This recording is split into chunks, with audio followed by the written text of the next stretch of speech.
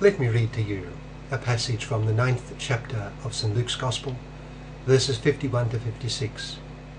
It's the Gospel for Tuesday of the 26th week in Ordinary Time. St. Luke writes, "As the time approached for him to be taken up to heaven, Jesus resolutely set out for Jerusalem.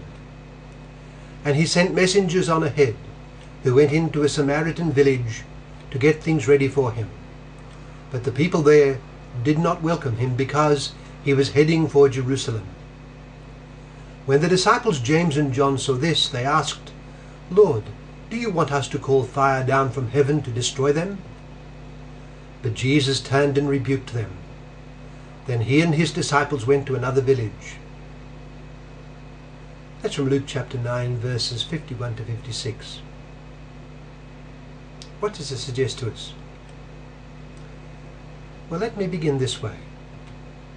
Imagine this scene. The rolling hills and the green trees appear beautiful. All is quiet, with the sound of the running brook gently breaking the silence. All else is still, and suddenly a black bird flies across the landscape as the visitor to the scene looks on. The bird is a crow, and it is making its characteristic cry.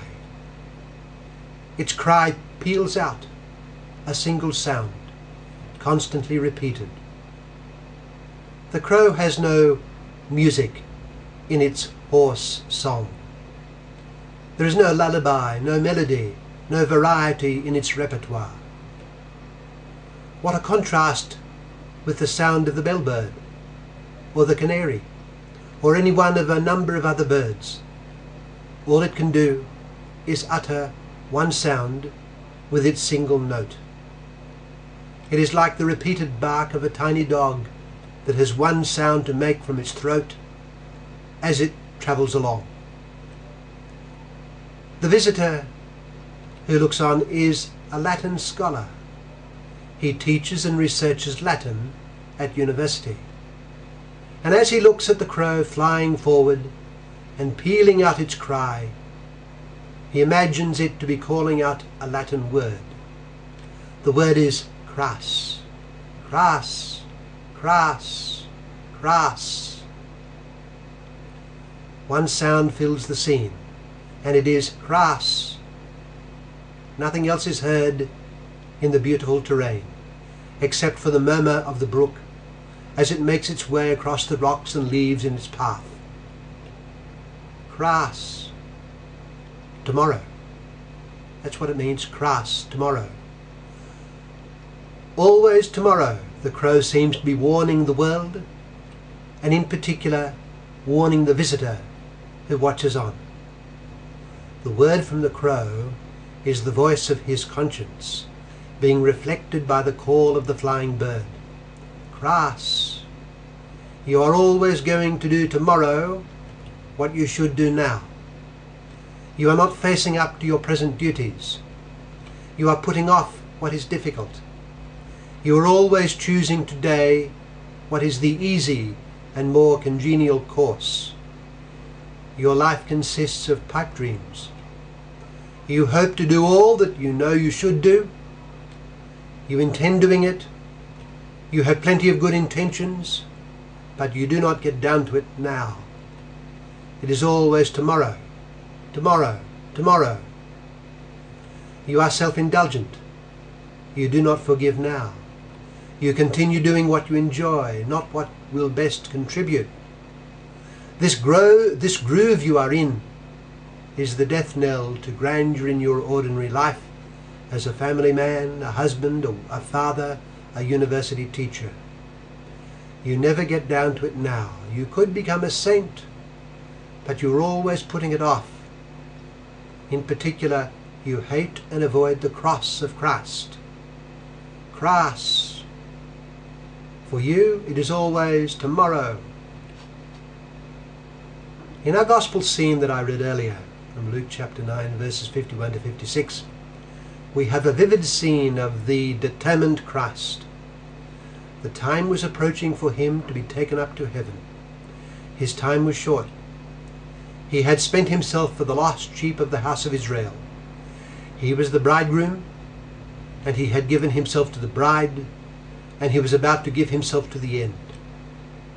The climax of his mission was approaching, and once that climax had been reached, surmounted and conquered, the great gates would be left open for all to pass through. The mountain had been reached, and he was about to climb. There was no cross with Christ.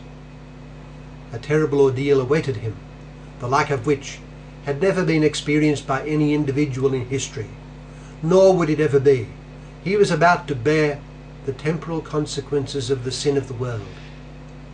He would be treated as if he were the sin of the world, and by his endurance he would expiate for it. When we think of the Passion of Christ, we naturally think of the terrible ordeal of a Roman crucifixion, but that does not exhaust the scale of suffering it involved for him, for he was bearing within that punishment what no other crucified man bore. When we attempt to imagine what Jesus Christ suffered, we ought to attempt to imagine the sin of the world. It is with this that he was being burdened. The physical and mental anguish of crucifixion was, we might say, the mere tip of the iceberg. In the midst of this degradation, he even bore the incalculable and indestructible anguish of abandonment by his heavenly Father, for he was, as it were, the world's sin. No other suffering could be compared with it, but in the plan of God the Messiah had thus to suffer in order to enter his glory, and so he set his face to go to Jerusalem. There was no tomorrow with Jesus Christ, no cross. There ought be no putting off of duty in the life of the Christian either. It is a fundamental reason for the non-attainment of sanctity that we put things off. We feel the summons of conscience and of grace. It involves difficulty. It involves the cross.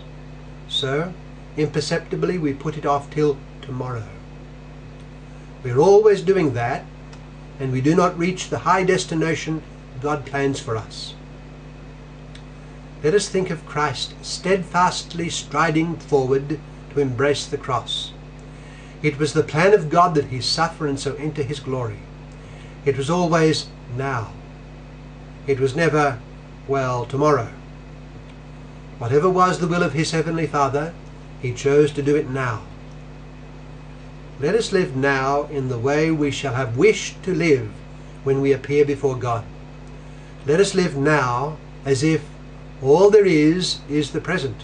Indeed, that is all there is.